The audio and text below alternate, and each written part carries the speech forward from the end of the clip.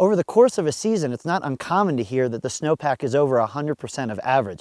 And while that might be good for skiers, what does this really mean?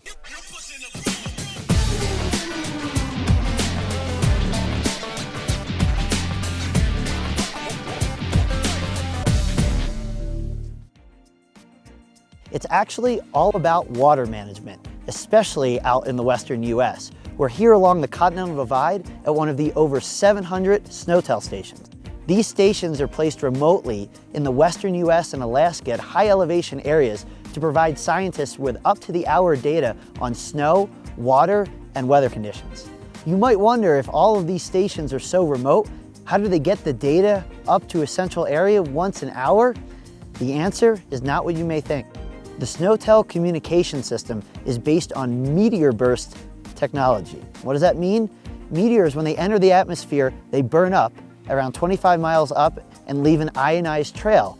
The radio on top of this tower sends a signal about 25 miles up into the atmosphere, where it bounces off the remains of meteors and down to a ground station where they collect the data.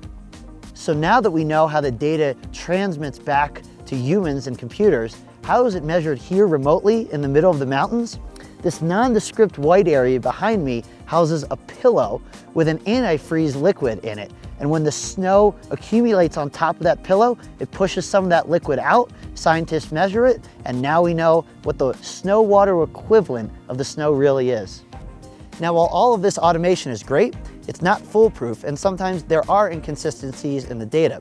When that happens, scientists actually throw on a pair of skis, have to physically come up here, take a core sample, weigh that core sample, and determine by hand what the snow water equivalent really is. And while this might not seem as fun as measuring snow to find your next powder day, this is really the backbone for water management in the western US.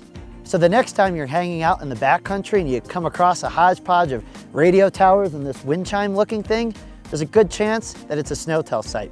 For OnTheSnow.com, I'm meteorologist Joel Gratz.